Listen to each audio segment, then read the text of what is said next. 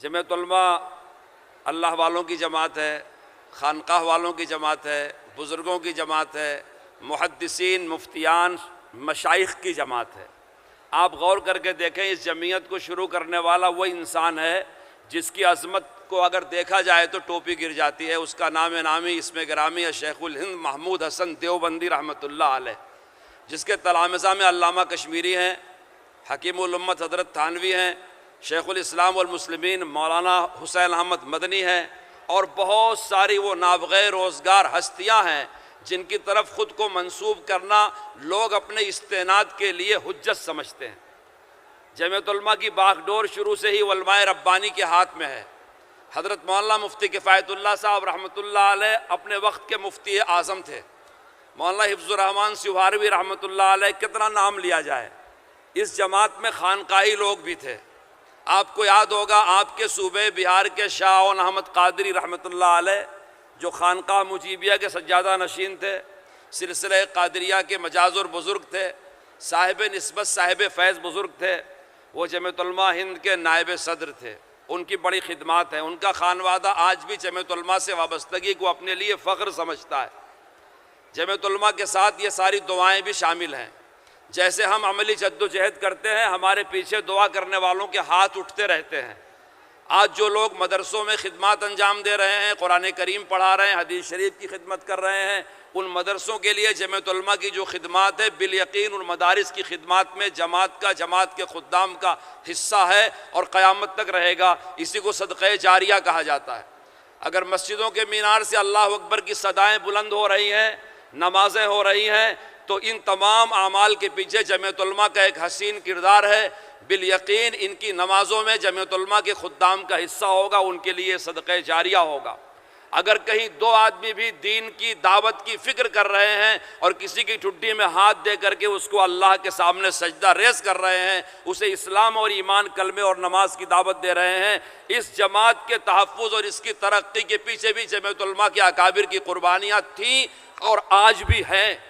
Corona کے زمانے میں صدر محترم نے جو خدمت انجام دی، کورٹ کچہری سے لے کر کے ان کو اپنے وطن کی روانگی تک، اور آج بھی صدر محترم مکمل سرپرستی فرما رہے ہیں دین کے ہر اس شعبے کی جو دین کے دعوت سے کسی ذریعے میں جڑا ہوا ہو۔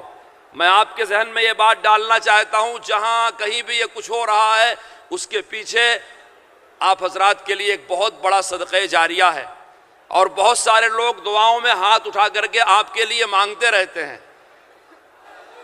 آپ زندہ قوم تو پہلے سے ہیں، اب بیدار ہو جائیے، انقلاب آ جائے گا۔ ہم 1 انچ زمین بھی اپنے وقف کی ضائع نہیں ہونے دیں گے انشاءاللہ۔ میرے عزیز دوستو، جمعیت علماء ہند کا اجلاس رواں دواں ہے اکابر کی دعاؤں کے سائے میں، صدر محترم کے سائے میں۔ اب میں آپ کی توجہ مبذول کرانا چاہوں گا اپنی ذات کی طرف۔ ہم ایک دینی جماعت کے خدام ہیں۔ ہمارا یقین ہے کہ ہماری دنیا ہمارے دین کے تابع ہے۔ دین اصل ہے، دنیا اس کا سایہ ہے۔ اللہ رب العالمین ہے، وہ رب سب کا ہے، روزی سب کو دیتا ہے، زندگی سب کو دیتا ہے، پالتا سب کو ہے۔ اس کا کرم نہ ہو، اس کی ربوبیت نہ ہو تو کائنات نہیں چل سکتی۔ لیکن یاد رکھو، اس کی نصرت اس کے متقی بندوں کے ساتھ ہوتی ہے، صالح بندوں کے ساتھ ہوتی ہے، نیک بندوں کے ساتھ ہوتی ہے۔ اس لیے اپنے اعمال کا احتساب ہونا چاہیے، اپنے سماج میں پھیلی ہوئی برائیوں کی اصلاح ہونی چاہیے۔ جو امت گناہوں میں لت پت ہو، جو اللہ کی معتوب ہو، نبی پاک کی نافرمان ہو، سنت اور شریعت سے بالکل آزاد ہو، گناہ کبیرہ کی مرتکب ہو، اعمال ایسے کرے گی جس پر اللہ کا عتاب نازل ہو، تو خدا کی نصرت کیسے آئے گی؟ اس لیے جمعیت علماء کے اکابر نے پہلے دن سے جمعیت علماء کے بنیادی اصولوں میں اصلاح معاشرہ کو بھی شامل کیا ہے۔ معاشرہ اجتماعیت کا نام ہے۔ جب فرد اچھے ہوں گے، معاشرہ بھی اچھا ہوگا۔ الحمدللہ جمعیت علماء کا یہ شعبہ انتہائی فعال ہے۔ آپ میں سے بھی ہزاروں لوگوں کو اصلاح معاشرے کا روزانہ کا پیغام پہنچتا ہوگا، اور خطبہ کو تقریباً جن کی تعداد 1000 سے زیادہ ہے، حضرت صدر محترم کے افادات بھیجے جاتے ہیں تاکہ آپ اس کی روشنی میں اپنی قوم کو نیکی کی دعوت دیں، گناہوں سے نفرت پیدا کریں، اعمال پر جمنے کے لیے اس سے درخواست کریں، اور ایسا ماحول بنائیں کہ ایک نیک ماحول، اچھا اور صالح ماحول، گھروں میں، بازاروں میں، دکانوں میں، آپ جہاں کہیں بھی رہے دیکھنے والا یہ کہے کہ یہ محمد الرسول اللہ صلی اللہ علیہ وسلم کے غلام ہیں۔